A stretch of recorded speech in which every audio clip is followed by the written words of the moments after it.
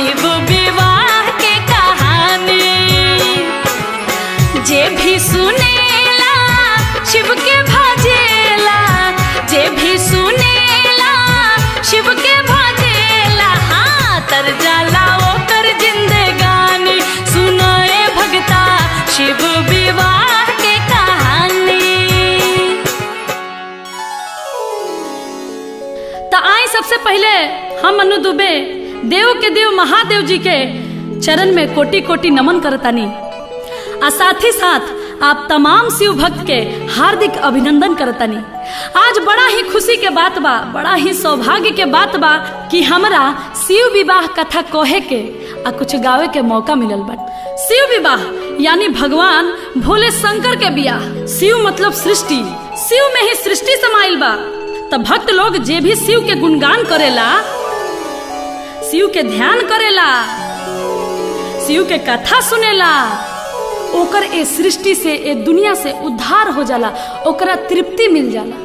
त आए भक्त लोग ए संगीतमय शिव विवाह में हमार जे जे सहयोग कैले बा ओकर पात्र परिचय कराओ तनी। ई संगीतमय शिव विवाह कथा लिखले बानी आदरणीय आर पंकज जी, म्यूजिक से सजौले बानी लवली शर्मा जी, आ ई कथा के रिकॉर्ड कैले बानी आदरणीय कैलाश जी, मैक्स स्टूडियो दिल्ली। सहयोग कैले बानी हमार पापा जी श्री धर्मेंद्र दुबे जी, आ आशीर्वाद बा हमार गुरु जी आदरणीय पंडित रामेश्वर तिवारी जी के। जौना कथा के आप सबके बीच प्रस्तुत कर रहल बा भोजपुरी संगीत के सबसे बड़ कंपनी यानी वेव म्यूजिक कंपनी। तब प्रेम से बोलिए शंकर भगवान की।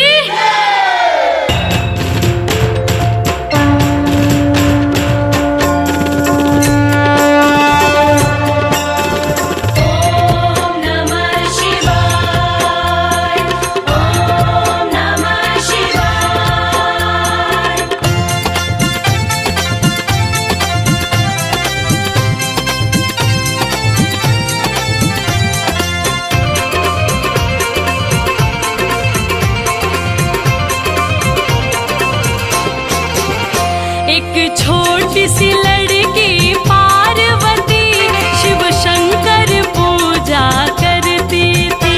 एक छोटी सी लड़की पार्वती शिव शंकर पूजा करती थी।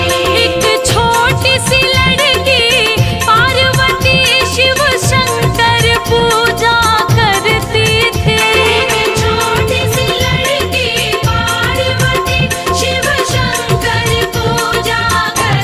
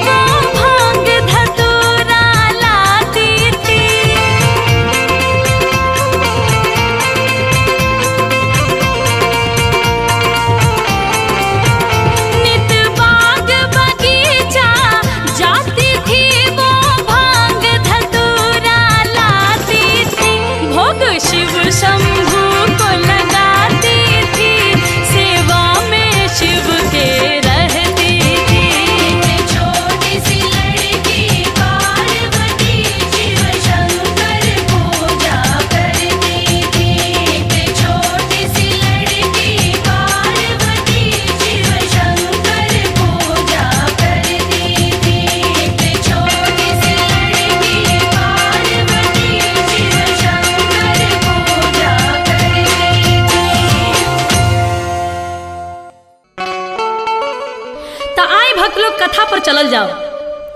राजा हिमांचल के पुत्री पार्वती अपन घर दुआर माई बाप सबके त्याग के जाके जंगल में शिव जी के पावे खातिर तपस्या करतरी। आ एने भगवान शिव शंकर 87,000 बरिस खातिर समाधि लगौले बनी।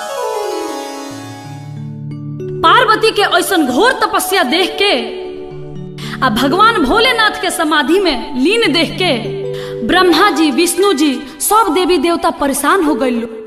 तब देवता लोग सोचे लागल कि अगर ये ध्यान ना टूटी और शादी ना जुटी तब इस सृष्टि के कल्याण कैसे होई। सब देवता लोग भगवान भोलेनाथ के जगावे खातिर प्रयास करे लागल, लेकिन डरे केहू लगे नहीं खे जात। अगर भगवान भोलेनाथ खिसिया गईले तब पूछी सब गड़बड़ बा। अब देखी ब्रह्मा जी विष्णु जी आ संगे संगे सब देवता लोग आपस में मिल के सलाह कई कि भोलेनाथ के ध्यान कैसे तुरल जाओ। तब ब्रह्मा जी कहनी कि ऐसन कठिन काम कामदेव ही कर सकता रे। अब देखी सब देवता लोग मिलके कामदेव के लगे जाता आ कामदेव से सब बात बतावता कि रउआ भगवान भोलेनाथ के तपस्या तूरी ना तो अनर्थ हो जाई। काहे से कि पार्वती भगवान भोलेनाथ के पावे खातिर जंगल में जाके तपस्या कर रहल बड़ी। अब देखी भक्त लोग कामदेव भी ई खतरनाक काम करे खातिर तैयार नहीं होत। कामदेव भी कहत रे ऐसन खतरनाक काम हमरा से ना होई। तब ब्रह्मा जी समझौनी ह कामदेव ई काम तोहरे करे के पड़ी, ना तो इस सृष्टि के कल्याण ना होई। अब देखी ब्रह्मा जी से आदेश पौला के बाद कामदेव भगवान भोलेनाथ के तपस्या तुरे खातिर सुंदर सुंदर अप्सरा लोग के भेजतानी, नर्तकी के भेजतानी आ कहतानी कि हे अप्सरा इतना सुंदर सोच संवर के जाके ओइजा नाचे के बा गावे के बा कि भगवान भोलेनाथ के ध्यान टूट जाओ। अब देखी अप्सरा लोग सोच संवर के भगवान भोलेनाथ के लगे गइल बा जहां भगवान समाधि लगौले बनी। अप्सरा लोग आपन आपन रूप कला आपन आपन सुंदरता आपन आपन मोहनी मंत्र से भगवान भोलेनाथ के जगावे की कोशिश करता, लेकिन भगवान भोलेनाथ टॉस से मौस नहीं होत। सारा अप्सरा लोग के बुद्धि फेल हो गइल बा। अप्सरा लोग कहता कि अरे बाप रे बाप ये देव हवे कि पत्थर हवे। भक्त लोग अप्सरा लोग निराश होके कामदेव के भीरी पहुंचल ह। कहता लोग कि हे कामदेव जी दुनिया में बहुत प्राणी देखनी, लेकिन ऐसन अद्भुत जीव कहीं ना मिलल। हमनी के इतना नचनी हसन गौनी हसन, लेकिन ओ बुढ़ऊ के मन ना डोलल ह। तो देखिए एगो कैसन गीत के भाव लागल।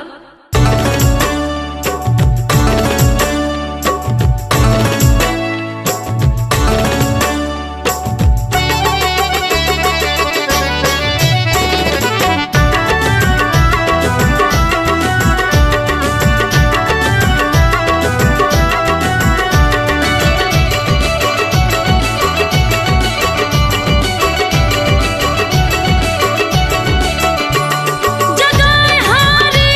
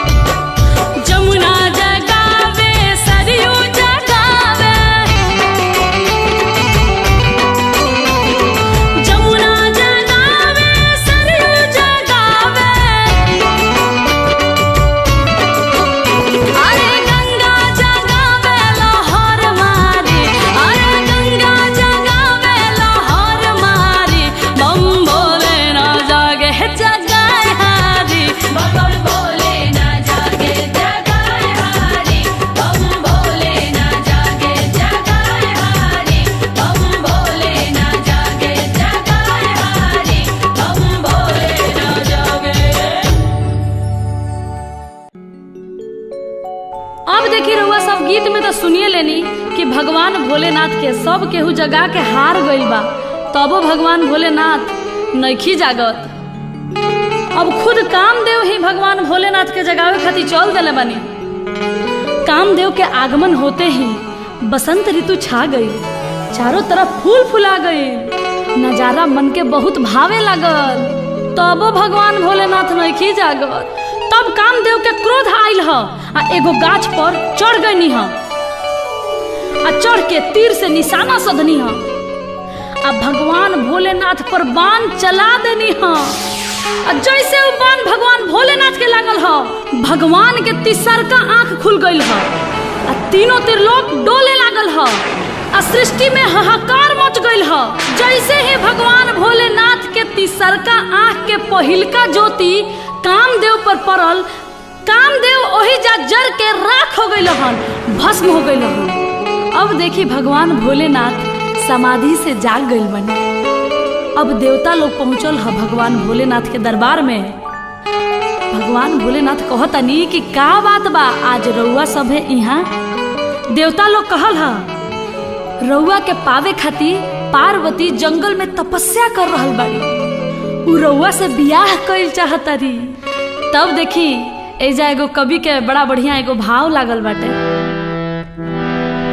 देवता लोग कहता कि भोले बाबा करी अब बियाह, सलाह सब देवता के मानी।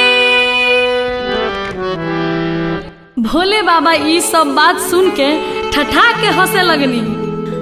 बियाह हमरा जैसन गजेड़ी भंगेड़ी से बियाह के करी? अरे के हमर भांग पीसी आ के हमरा जोरे टूटही पलानी में गुजारा करी? के हमरा जोरे कैलाश पर रही? के हमरा संगे जंगल में रही? अरे हमरा से केहू बियाह ना कर सकेला। हे देवगण, आप सब हमरा के मत भरमाई। देवता लोग कहल ना प्रभु ना, रउआ बियाह करे के पड़ी, पार्वती रउए से बियाह करी है। भगवान भोलेनाथ के देवता लोग के बात पर भरोसा ना भइल। तब भगवान भोलेनाथ सप्त ऋषि लोग के बोलौले आ कहतनी हमरा खातिर पार्वती जी जंगल में जाके तपस्या करतारी, तनी जाके तू लोगिन पता कर लोगिन तो कि सही में उ हमरा के चाहतारी कि ना। आ जाके उजा हमार जेतना शिकायत बा सब जाके उजा कह देवे के बा, कैसहू हमार बियाह काट देवे के बा। सप्तऋषि लोग महादेव के आज्ञा पावते ही कहता कि जैसन राउर इच्छा महादेव, हमनी के उहे करब सब जौन रउआ चाहतानी। तो देखी बियाह कटवा एही बेरा ना, ओहू बेरा बियाह कटवा रहे लोग। आ बियाह कटवा लोग चल देले बा बियाह काटे खातिर। आ सप्तऋषि लोग जंगल में जाता जहाँ पार्वती जी तपस्या कर रहल बाड़ी। अरे जेकरा खातिर धरलू धयानावा, आ लगनवा तोहरो लागल, अब बड़े हो राम। ए गौरा, तू जेकरा खातिर तपस्या करत रहू, जानत रहू के हउए? पागल हउए पागल। अरे ओकरा रहे के घर नहीं खे, पहने के बस्तर नहीं खे, छानी छपर नहीं खे, उ तो खुदे पतई चबावेले, तो तारा के का खियाई है? गौरा, ए गौरा, अलग जाए भगिया में अगिया, ए लग जाए भगिया में अगिया, साजनवा तोहरो पागल बड़े हो राम, और भंगिया तोहरो पागल बड़े हो राम। जेकरा खातिर धरलू धयानावा, लगनवा तोहरो लागल बड़े हो राम। जेकरा खातिर धरलू धयानावा, लगनवा गौरा लागल बड़े हो राम। लग जाए भगिया में अगिया,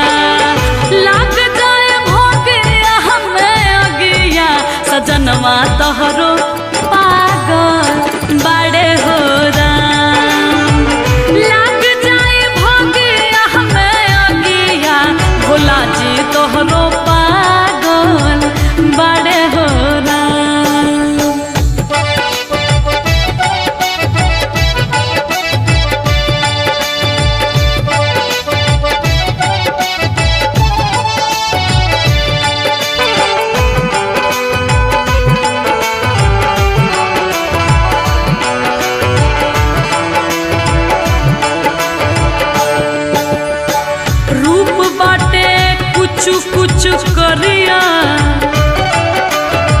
रूप बाटे कुछ कुछ करिया भभूति दहिया लागल बाटे हो राम रूप बाटे कुछ कुछ करिया भभूति दहिया लागल बाटे हो राम तीन तीन को पड़ुए नया नवा तीन तीन को पड़ुए नया नवा सजनवा तोहरो पागल बाड़े हो राम और भंगिया तोहरो पागल बाड़े हो राम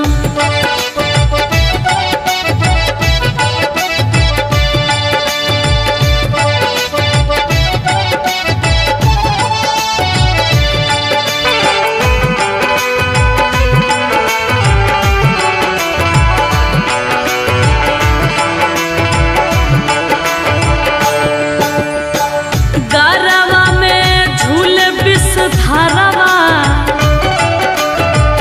गरवा में झूल विष धारवा तो जब रूप साजल बड़े हो राम गरवा में झूले जगरवा तो जब रूप साजल बड़े हो राम बैला पला गहल हसनवा बासहा पला गहल हसनवा सजनवा तोहरो पागल बाड़े हो राम और भंगिया तोहरो पागल बाड़े हो राम दू जना बियाह काट के थाक गइलो तब तीसरकू जना आगे आवता रे हटो लोगिन ई काम तारा लोगिन से ना होई ई हम ही करम तब देखी तीसरकू जना का कहता रे कि पार्वती आँख खोलो आँख ना तो तहर जिंदगी नरक हो जाई नरक आ का उ बौराह के फेरा में पड़ल बाड़ू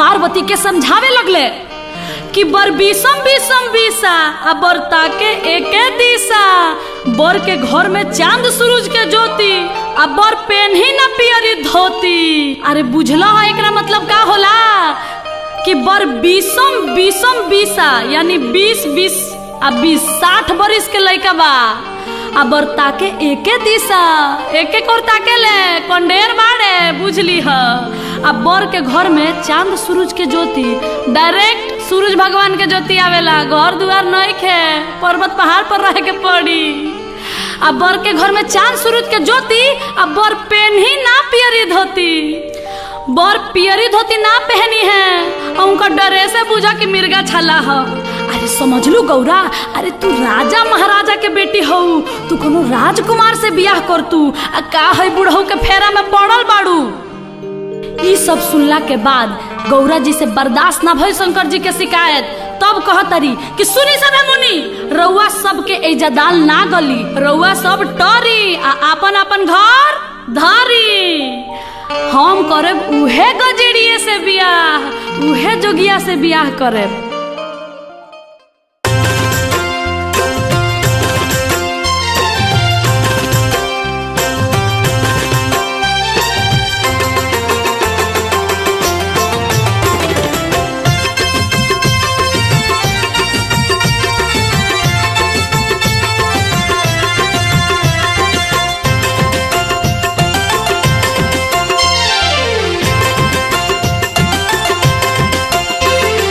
जोगी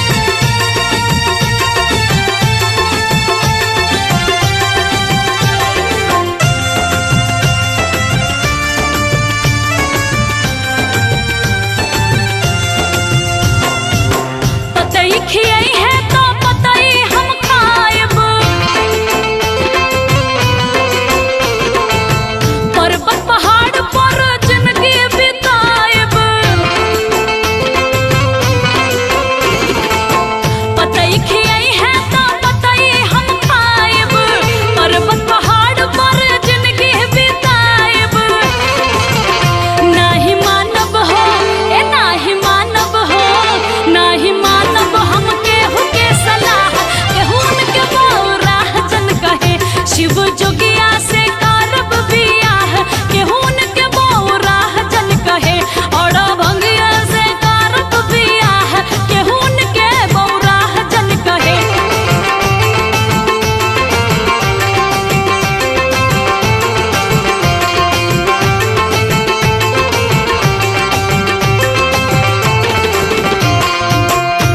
ई सब सुनला के बाद सब ऋषि लोग बूझ गइल कि ई बियाह हमनी से त ना कटी।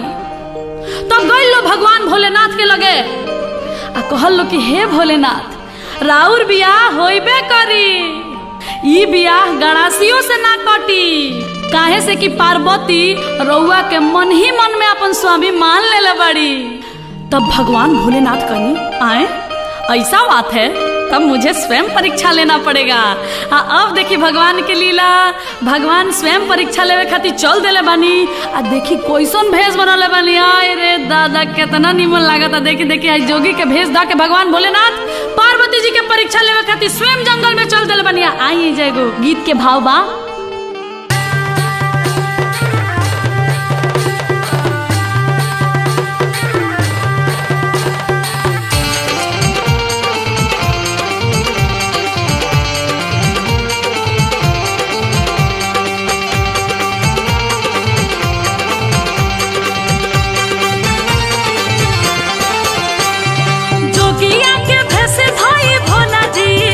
चल भइले बनावा, जोगिया के भेष धाई भोले बाबा चल भइले बनावा। ए जहाँ पार्वती पूजे शिव के धई के ध्यानवा, ए जहाँ पार्वती पूजे शिव के धई के ध्यानवा।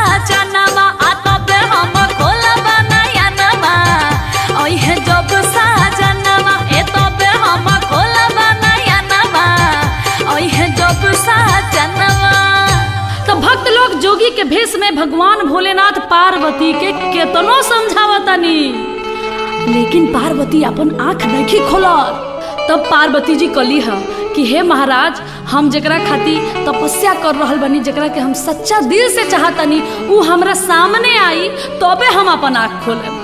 पार्वती के वचन सुन के भगवान भोलेनाथ भाव विभोर हो गई है। तब कहतनी देवी आँख खोला, तू जेकरा के चाहतारू उ तेरा सामने साक्षात खड़ा बा।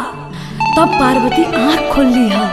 आँख खोलते ही भगवान भोलेनाथ के साक्षात दर्शन पाके पार्वती धन्य हो गईली, भाव विभोर हो गईली। आ देखी भक्त लोग एजा शिव पार्वती के पहला मिलन होता। पार्वती भगवान भोलेनाथ के चरण में लिपट गईली, रूप निहारे लगली आ कहे लगली कि कैसे लोग रुआ के कहत रहे कि रुआ बौराह बानी, रुआ तो तीनों त्रिलोक से सुंदर बानी। तब देखी कवि के कैसन भाव लागता।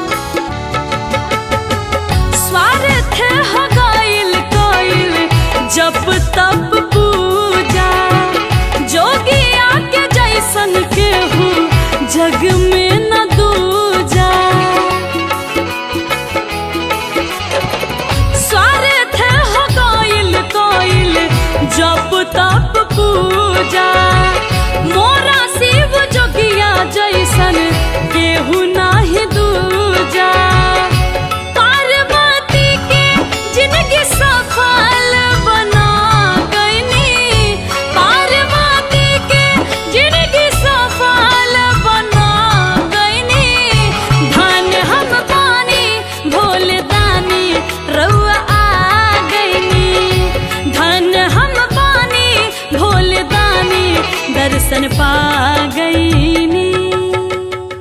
ई अद्भुत मिलन के बाद भगवान भोलेनाथ पार्वती से कहतनी कि पार्वती अब तू अपना घरे जा, हम स्वयं बारात लेके दूल्हा बन के तारा घरे आई।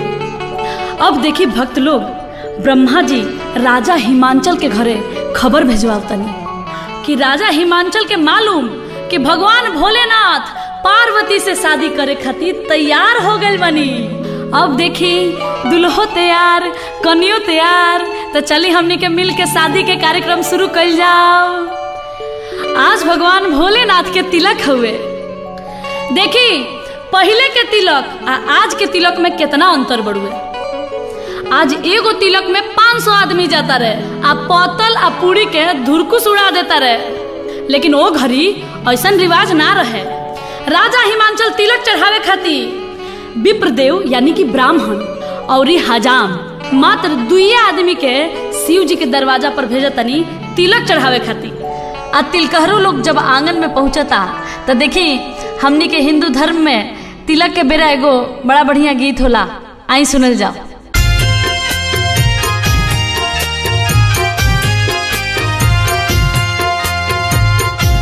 देखी भगवान भोलेनाथ के तिलक चढ़ रहल बा, मंगल गीत गूंज रहल बा।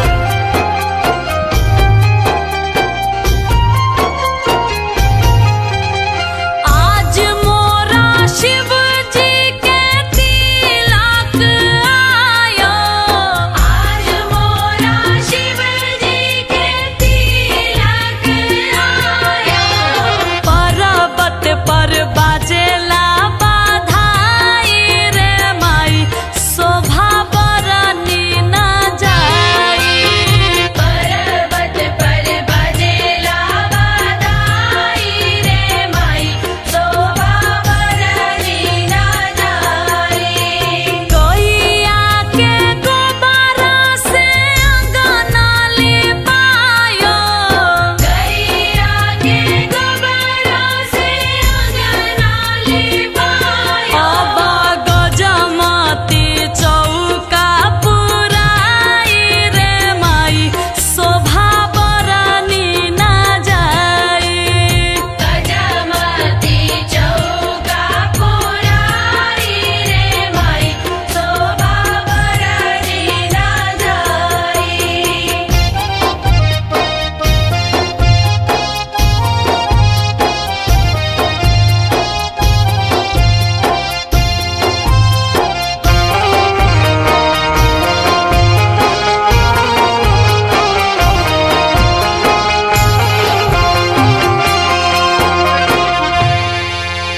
अब देखी भगवान भोलेनाथ के तिलक चढ़ गइल बा। आ तिलक चढ़ला के बाद हमने की यहाँ धान हल्दी बटाला। आ जब धान हल्दी बटा गई तब तिलकहरू लोग के विदाई से पहले हमने की यहाँ भोजन करावल जाला। आ जब तिलकहरू लोग भोजन करे खातिर बैठेला तब हमने की यहाँ माई बहिन चाची लोग मिल के जेवनार गावे। तो शिव जी के तिलक में भी देखी सब ऋषि लोग के औरत लोग मिल के जेवनार गावता। उ कैसे? ए सखी गावा गावा, गीत गावा लो।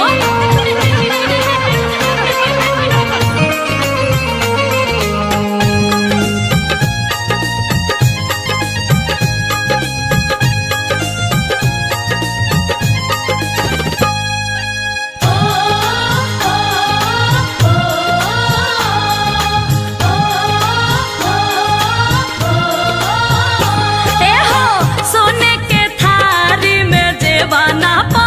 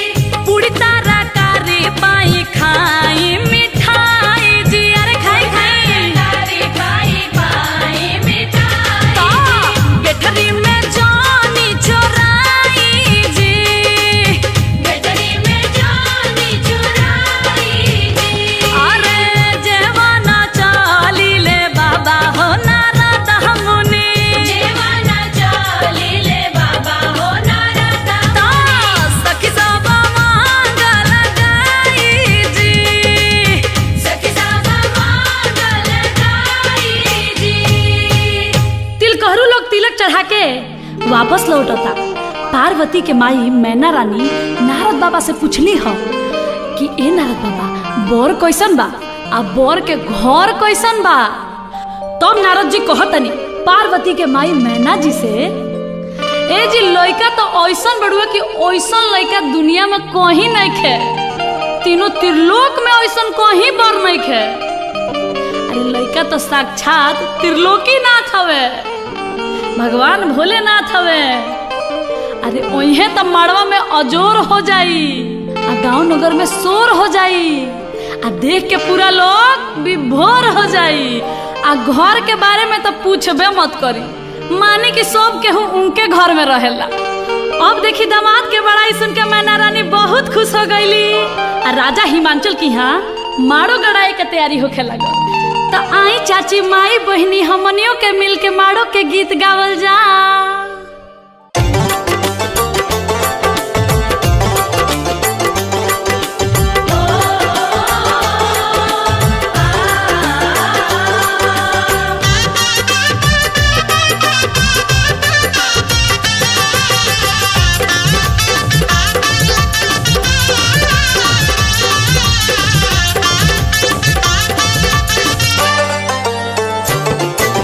हरे हरे बसवा कटई हाय हिमांचल बाबा, हरे हरे बसवा कटई हाय हिमांचल बाबा। ऊंचे ऊंचे मड़ावा छवई हो, ऊंचे ऊंचे मड़ावा छवई हो। ऊंचे रे मड़ौआ में बैठी है गौरा बेटी, ऊंचे रे मड़ौआ में बैठी है गौरा बेटी। साजन लोग छेकी है दुआर हो, साजन लोग छेकी है दुआर हो।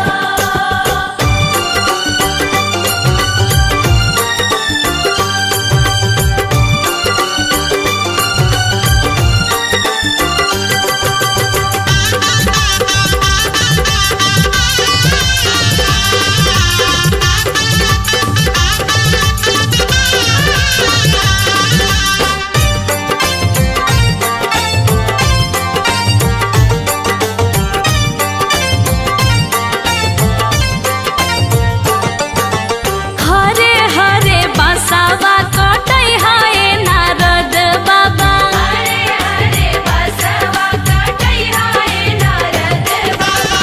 ऊंचे ऊंचे मड़ावा छवई हो, ऊंचे ऊंचे मड़ावा छवई हो।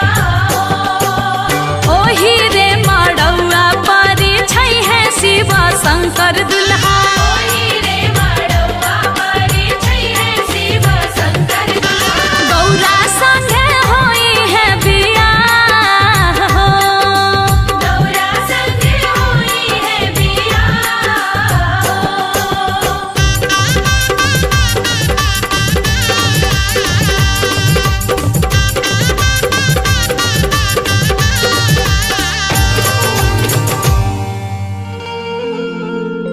हाय देखी कितना सुंदर माड़ो गड़ाइल बा।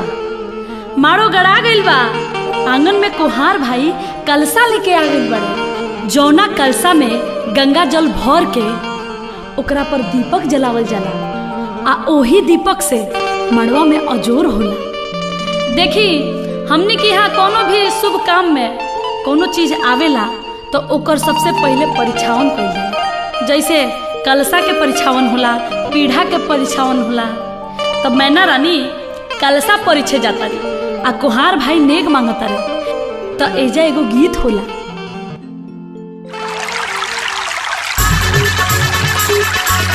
ए चाची नेक निकाली नेक।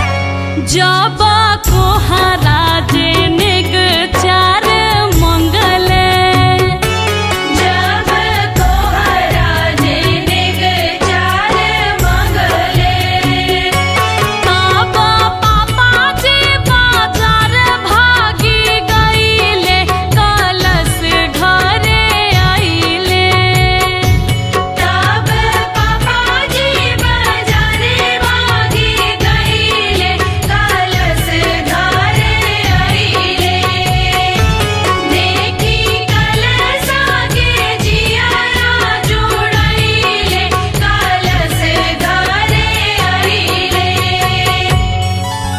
अब देखी माटी कोड़ाए यानी मटकोर के समय आ गइल बा। एने पार्वती जी की यहाँ माटी कोड़ाए के तैयारी हो रहल बा आ ओने कैलाश पर्वत पर भगवान भोलेनाथ के माटी कोड़ाए के तैयारी हो रहल बा। तो देखी एने भगवान भोलेनाथ की यहाँ उहे दिशा में माटी कोड़ाता जौना दिशा से भगवान भोलेनाथ के बारात हिमांचल राजा के द्वार पर जाई। आ देखी एने पार्वती जी की यहाँ भी माटी कोड़ाए के तैयारी हो रहल बा आ सखी सहेली लोग मिल के माटी कोड़े जाता उहे दिशा में जौना दिशा से भगवान भोलेनाथ के बारात द्वार पर आई। तो आई परंपरा के अनुसार सुनल जाओ एगो मटकोर के गीत।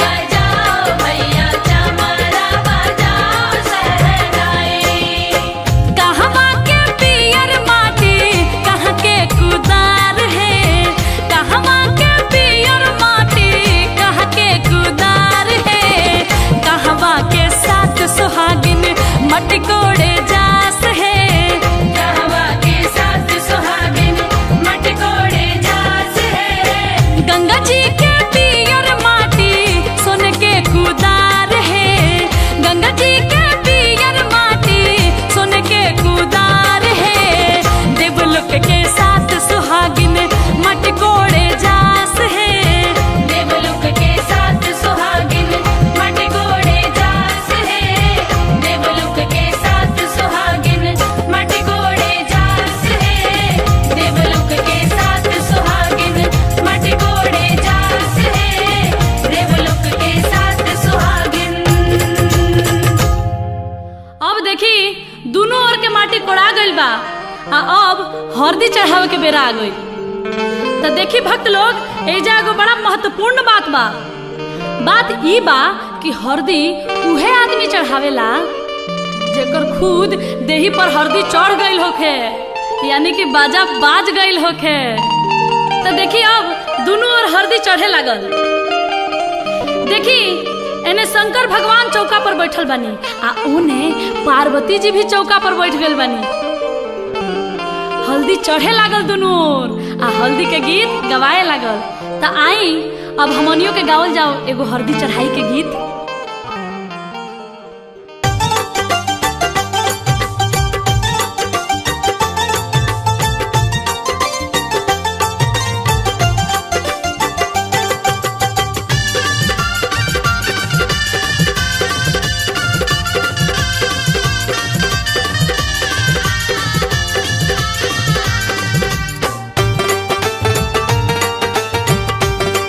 आगे माई कावन बाबा हरदी चढ़ाइले है आगे माई ब्रह्मा बाबा हरदी चढ़ाइले है शिव शंकर पर के दिले आशीष दुल्हा बनाइले है शिव शंकर वर के दिले आशीष दुल्हा बनाइले है कि आगे माई आजू के हरदिया सुहावन है आगे मैया जो के हरदिया सुहावन है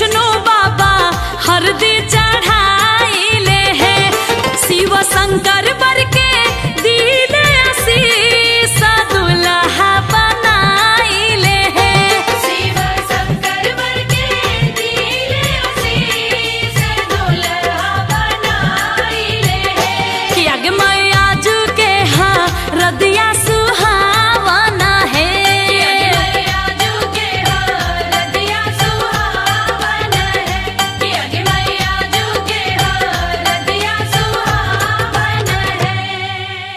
अब देखी भगवान भोलेनाथ के हरदी चढ़ते ही चेहरा पर निखार आ गई सांवर दुल्हा गोर लागे लगले भगवान भोलेनाथ के चेहरा पर मुस्कान खिले लागल। ये दृश्य देख के सब देवी देवता मने मन बहुत खुश होता रहे। आज भगवान भोलेनाथ के बारात जाए आला बा अब बारात जाए से पहले दुल्हा के नहवावन होला तो देखी भगवान भोलेनाथ के भी नहवावन हो रहल बा तो हमनी के यहाँ नहवावन पर एगो बड़ा नीमन गीत गावल जाला तो आई सुनल जाओ एगो गीत।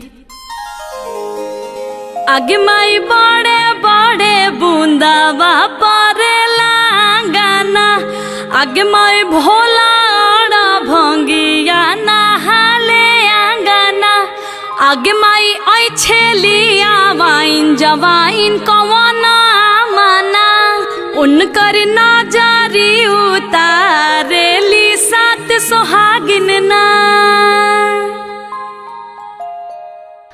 अब देखी भगवान भोलेनाथ ससुरारी जाए खातिर तैयार होके लगनी सजे लगनी कैसे श्रृंगार करतनी भगवान भोलेनाथ गंगा का पार पर यानी कि जटा में गंगा चंदा लीलार पर यानी कि लीलार पर चंद्रमा सजले बनी कान में कुंडल के जगह बिच्छी झूलतिया आ गर्दन में सांप के माला देही में भभूत रमौले बानी एक हाथ में त्रिशूल आ दोसर का हाथ में डमरू लेले बानी आ बोर के पोशाक ना देखी कमर में मिर्ग छाला लपेटले बानी भोलेनाथ सज धज के अब चौका पर नहछो खाती बैठतानी तो देखी एगो गीत कैसे बा नोहा काटू नौआ रे अंगूरी जानी कटी है रे बढ़िया से नोहा नाही कटबे जे तोरा नेग नहीं मिली है रे। अब देखी भगवान भोलेनाथ के वही चौका पर चुमावन भइल है भगवान भोलेनाथ बसहा पर सवार होके बारात लेके निकलतानी बसहा खुशी से झूम रहल बड़े भगवान भोलेनाथ के बरियात जाए खातिर तीनों त्रिलोक के कोना कोना से अद्भुत अद्भुत जीव जंतु प्राणी आइल बड़े देवता लोग के अलग दल बा अब भूत पिचास के अलग दल बा हकनी डाकनी डाइन के अलगे दल बा आ जीव जंतु के अलग दल बा भगवान भोलेनाथ के संगे सभे मतवाला हो गइल बा आ देखी बारात में के बाजा बजावता आ के डांस करता हाड़ा बिरनी आ भुनुर भुनुर क के सहनाई बजावता आ सांप अलगे फफकार मारता आ भूत बताल अलगे नाचता रे अपना धुन में आ कोनो के गोड़ बा तो हई देखी कोनो के मुड़िए नइखे आ कोनो के भर देही गोड़े बा कोनो के एको गो आँख नइखे आ तो कोनो के भर देही बुझी की आँखे बा। अब भगवान भोलेनाथ के बारात जौना रास्ता से जाता बुझी की रास्ता क्लियर बा एको गो ट्रैफिक नइखे मिलत हई ना देखी जौना रास्ता से ये बारात जाता वो रास्ता के लोग अपना घर में लुका जाता दादा रे दादा आज जान बाची की ना।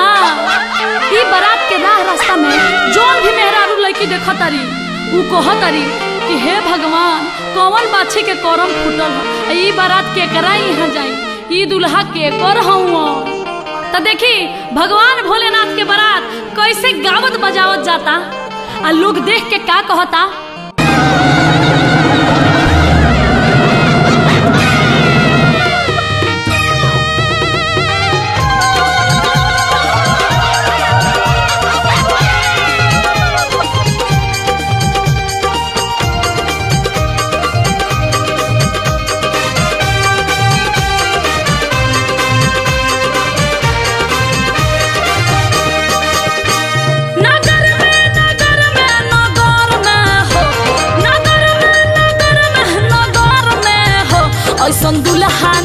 देखनी नगर में हो, ऐसन बर नहीं देखनी नगर में हो।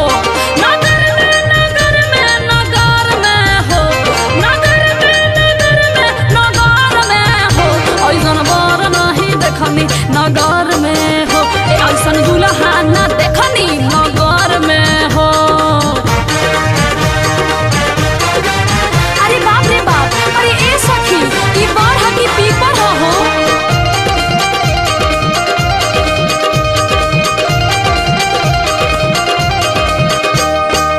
भूत बैताल संगे दुल्हा भी नाचे, केहू भी नाच केहू के भर दही आके। अरे ए सखी कौन पक्षी के भाग फूटल बा। भूत बैताल संगे दुल्हा भी नाचे, केहू भी नाच केहू के भर दही आके। देखी नर नारी लुका गइले घर में नगर में हो, ऐसन दुल्हा ना अइले नगर में हो, ऐसन बर नहीं अइले नगर में।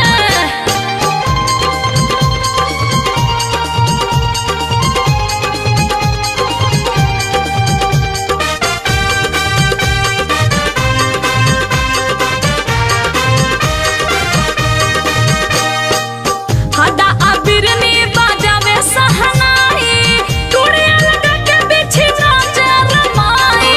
अरे ए सखी कौन पक्षी के भाग फूटल बा। हड्डा अबिरनी बाजावे सहनाई, टूड़िया लगा के बिछी नाचे रमाई। झूले जगरवा हो बरवा के घर में नगर में हो, ऐसन दुल्हा ना देखनी नगर में हो, ऐसन बर नहीं देखनी नगर में हो। देखिए गावत बजावत ये अलबेला दुल्हा के अद्भुत बारात राजा हिमांचल के नगरी में प्रवेश करता। एने राजा हिमांचल जी बारात के स्वागत के तैयारी कर रहल बानी। दुआरे बारात लागे के तैयारी हो रहल बा। पार्वती जी के सखी सहेली लोग बारात के स्वागत में गीत गावता।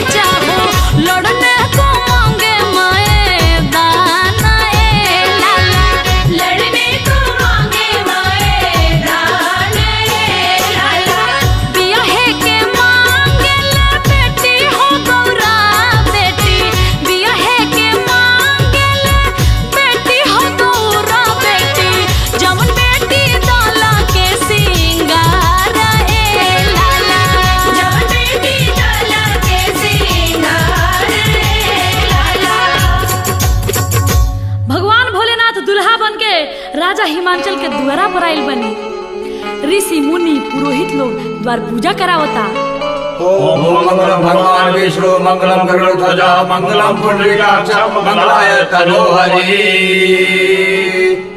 द्वार पूजा हो रहल बाटे, पंडित जी मंत्र पढ़तनी। आ देखिए ना माई बहन लोग कैसन एगो सुंदर गीत गावता।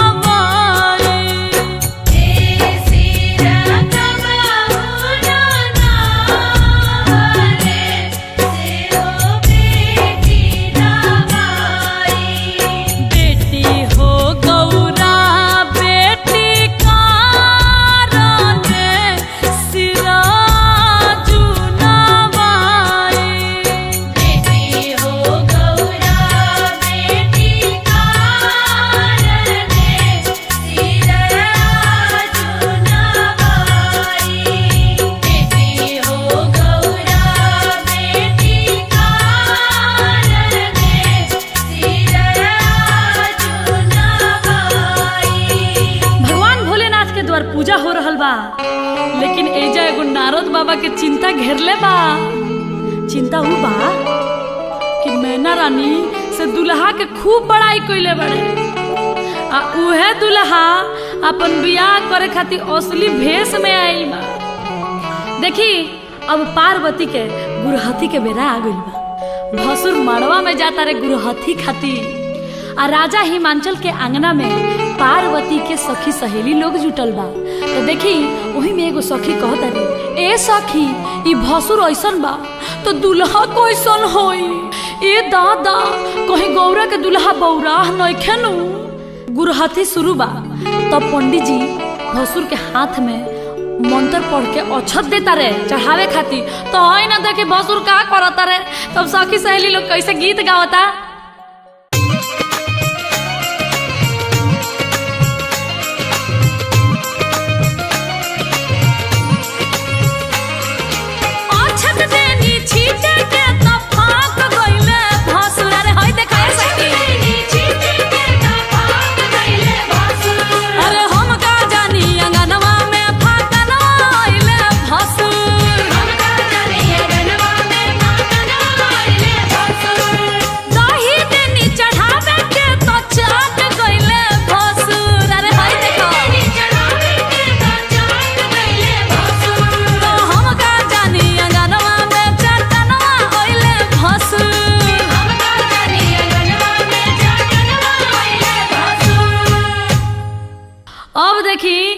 जौना बेरा के इंतजार रलो उहे बेरा आ गइल बा।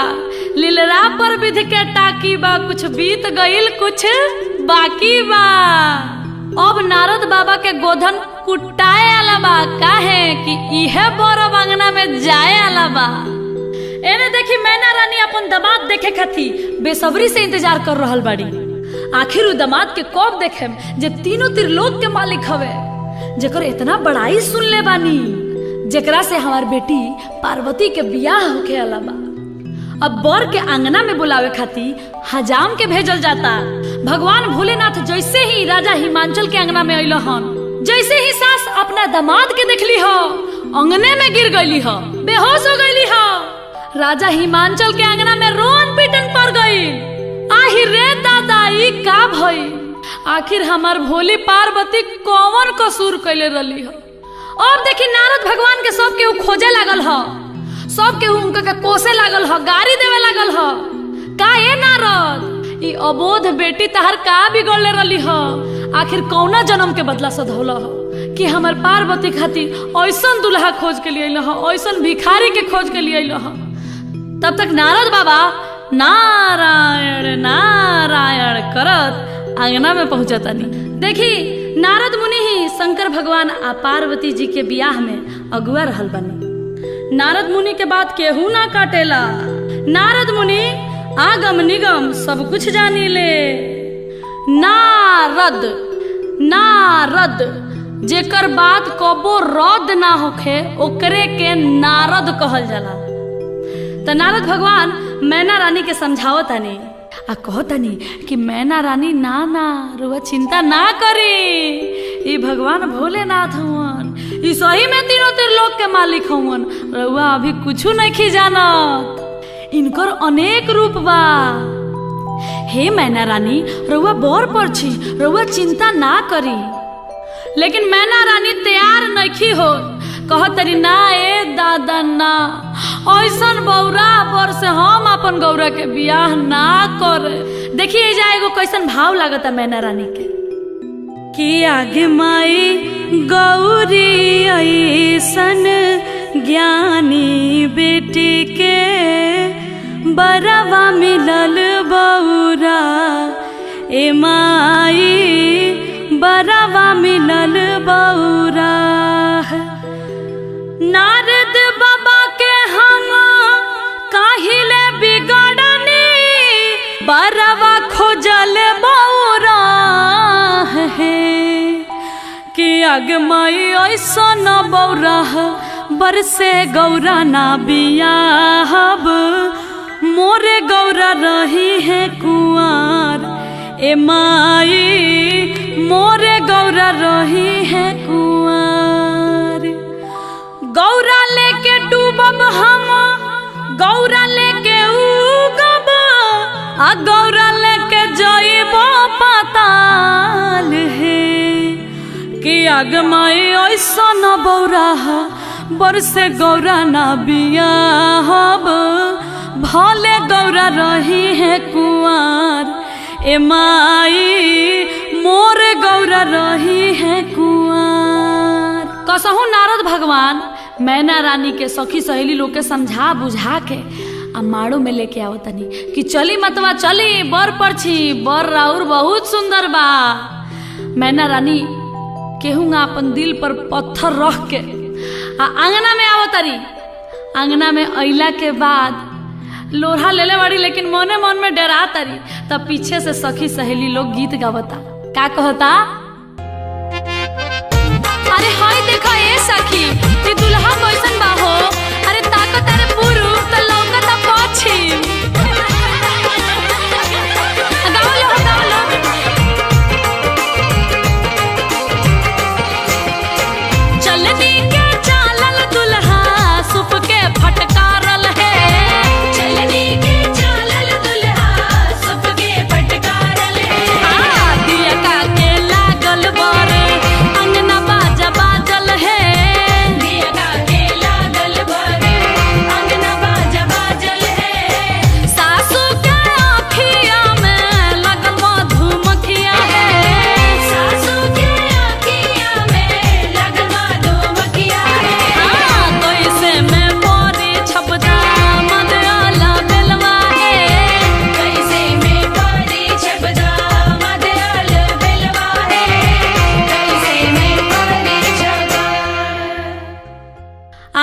बर पर छा गई बड़े। अब बर पर छैला के बाद अब पार्वती के मंडप में बुलावल जाता। तो देखिए एगो एजा गीत होला वो गीत ऐसन होला कि सुनते ही हर बाप के करेज फटे लगेला जे बेटी के इतना छोट से पढ़ा लिखा के पोस पाल के सयान कैले बा ऊ बेटी आज पराया होके जा रहल बाड़ी।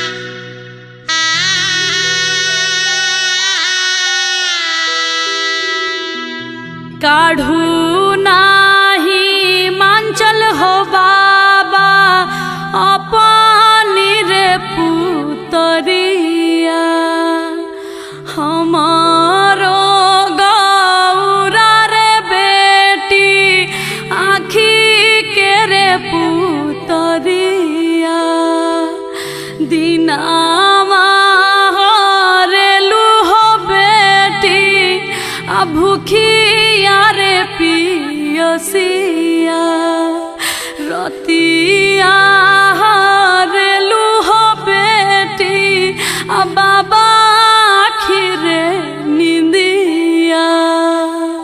पार्वती के मंडप में बुलावल जाता। कन्यादान और उस शादी के कार्यक्रम अब आगे बढ़ावल जाता। मंडप में एक तरफ शंकर भगवान बैठल बानी बीच में कलसा बा आ दूसरा तरफ पार्वती जी बैठल बानी।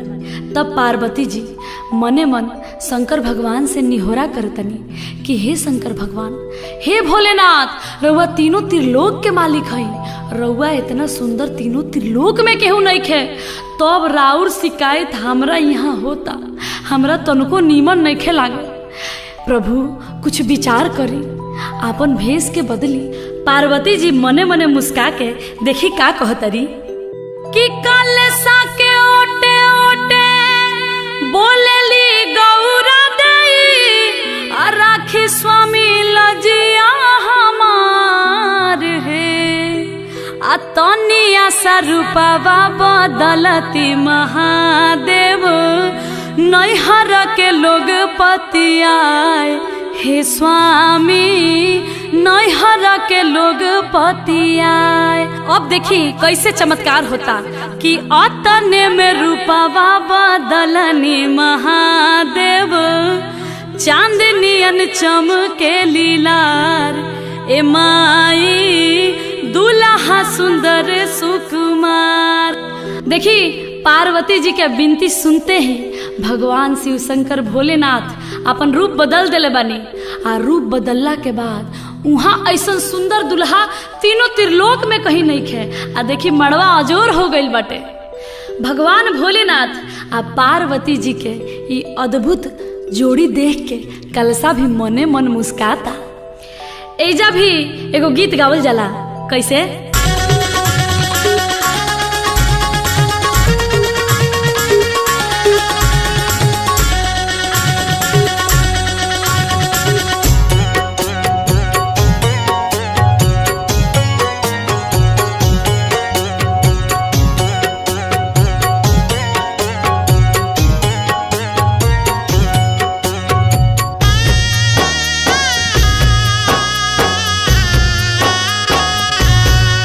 देखी हंसला कलसवा तका देखी चौमुख है। देखी हंसला कलसवा तका देखी चौमुख है। आहे का देखी हंसिले महादेव मने मुस्काई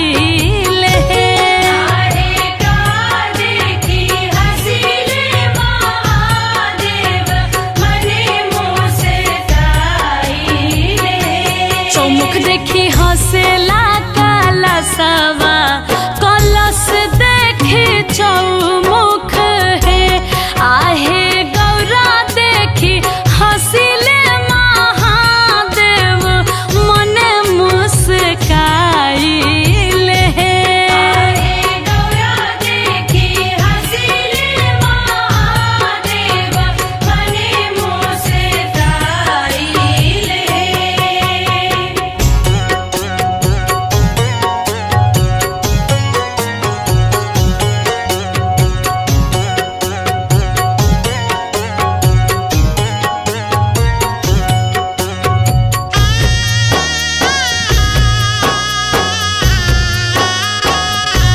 नाची आइले नाची जाइले डमरू बजाइले नाची आइले नाची जाइले डमरू बजाइले। आहे सुतल गौरा उठेली चिहाई डमरू देखे जाइब हे। आहे सुतल गौरा उठेली चिहाई डमरू देखे जाइब हे। जन जाहुए गौरा जन जाहु डमरू देखे जन जाहु है।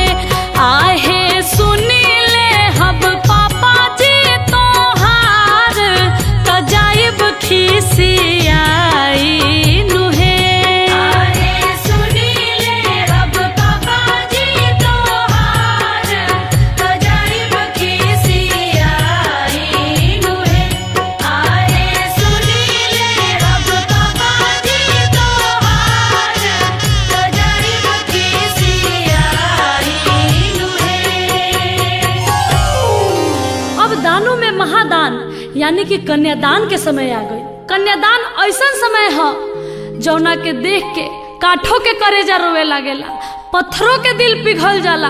आंगन में सभे भाव विभोर हो गइल बाटे, सबके करेजा फाटता, सबे डहक डहक के रोता। राजा हिमांचल पार्वती जी के अपना जांघा पर बैठल बानी। आज पार्वती पराया हो रहल बाड़ी। आज पार्वती के कन्यादान हो रहल बा। मन ही मन राजा हिमांचल कुहुक कुहुक के रोतनी। मैना जी के आंख से आंसू के धार बह रहल बा। आज बेटी पराया हो रहल बड़ी।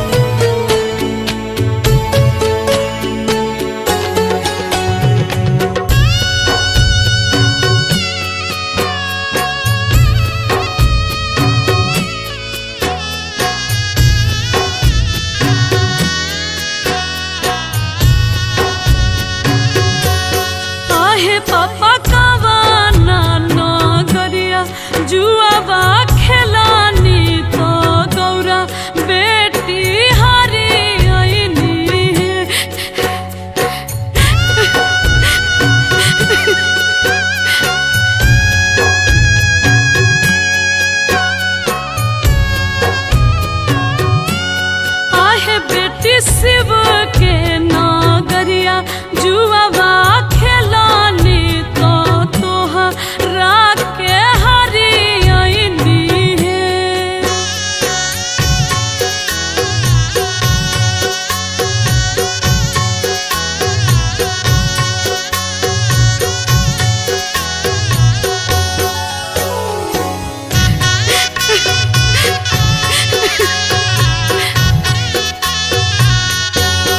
आहे पापा पुतावा पतोहिया काहे ना हरानी तो हमारा के हरियनी है।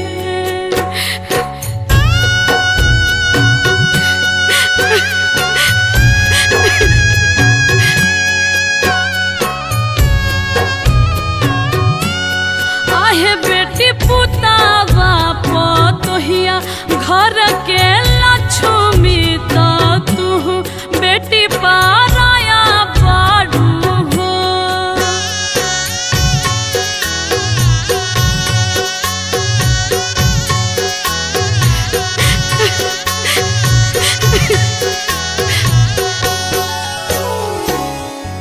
देखी कन्यादान महादान हुए, ई सौभाग्य जेकरा प्राप्त होला ओकरा मुक्ति मिल जाला। तब भक्त लोग हम भी रउआ सबसे निहोरा कर रहल बानी कि कन्यादान रउआ सब भी जरूर करब। अगर आपन बेटी ना होखे त केहू पराया के बेटी, केहू गरीब के बेटी, आपन भतीजी आ ना होखो तो आपन भगनी के कन्यादान जरूर करे के चाहिए। यही से मनुष्य के जीवन सफल होला। आई हमनी के परंपरा के अनुसार एगो औरी कन्यादान के गीत होला, ओकरा के सुन लिहल जाओ।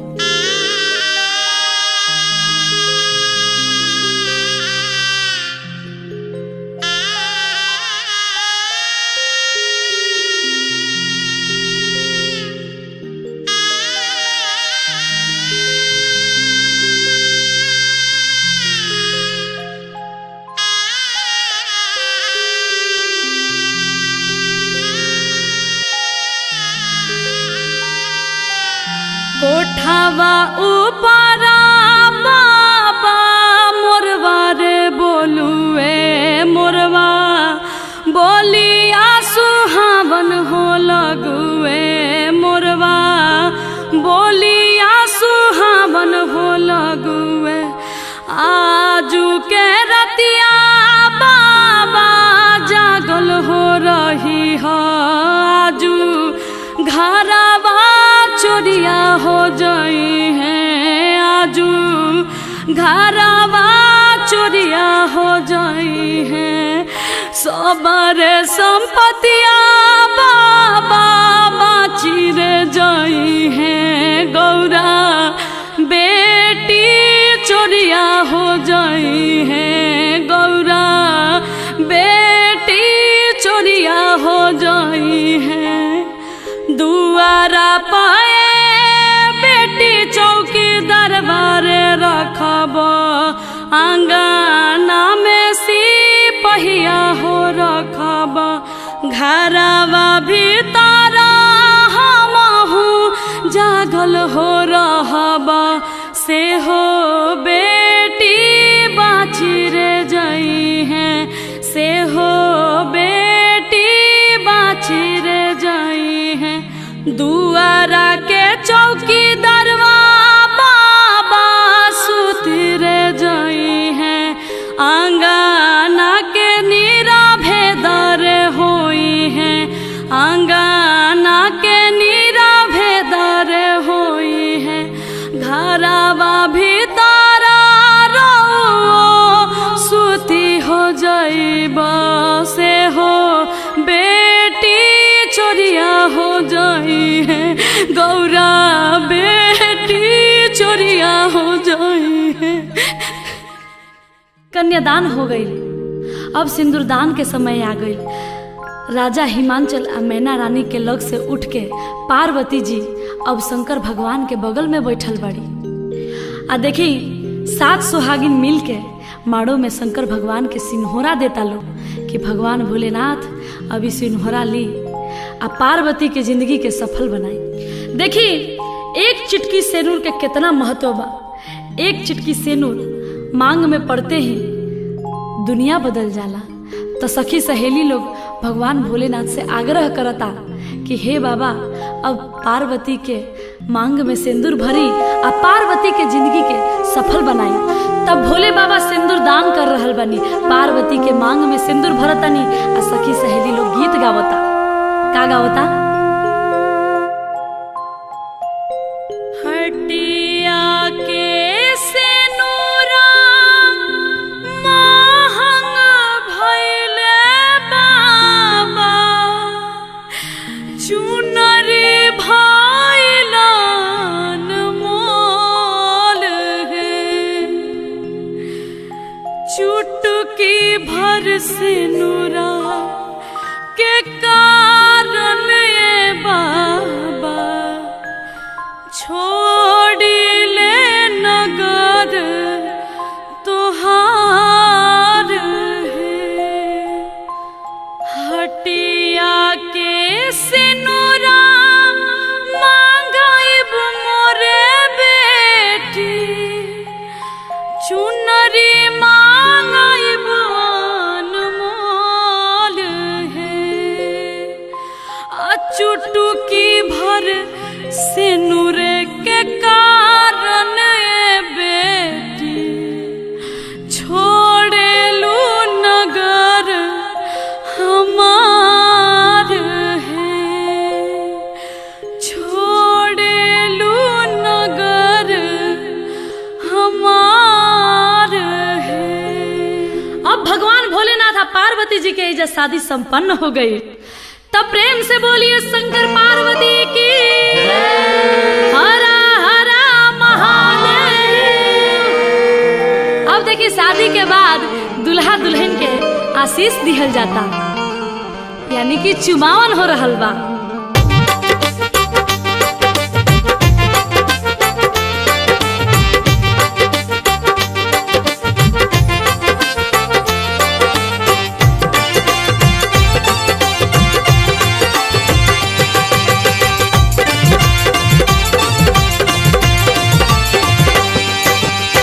हरियारा दुभिया जुरी भारा चाउर शिवा शंकर हरि, हरियारा दुभिया जुरी भारा चाउर शिवा शंकर हरि, चुम चुम चुमावेली अम्मा सोहागिन शिवा शंकर हरि, चुम चुम चुमावेली अम्मा सोहागिन शिवा शंकर हरि, अम्मा चुमावेली देली आशीष शिवा शंकर हरि, जिया सा दुल्हा दुल्हन लाखों बरिस शिवा शंकर हरि, जिया से दुल्हा दुल्हन लाखों बरिस शिवा शंकर हरि, जिया से दुल्हा दुल्हन लाखों बरिस शिवा शंकर हरि। भगवान भोलेनाथ पार्वती के संग कोहबर में जातनी, कुल देवी देवता से आशीर्वाद लेतनी। अब भगवान भोलेनाथ के संग है पार्वती नैहर नगरी छोड़ के ससुराल जा रहल बड़ी।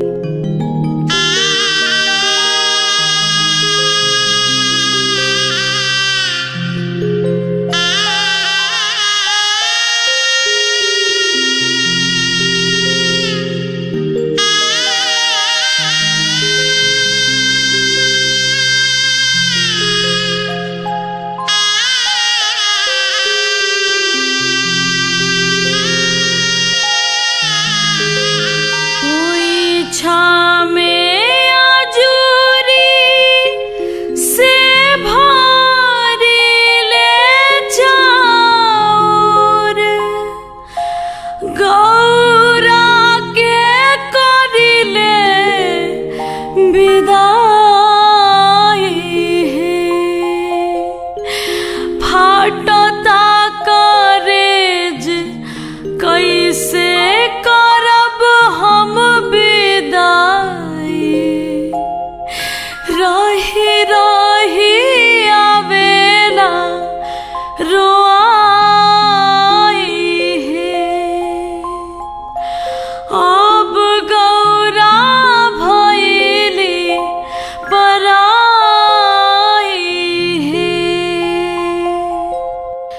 असली शिव भक्त लोग शिव जी के बियाह संपन्न भइल।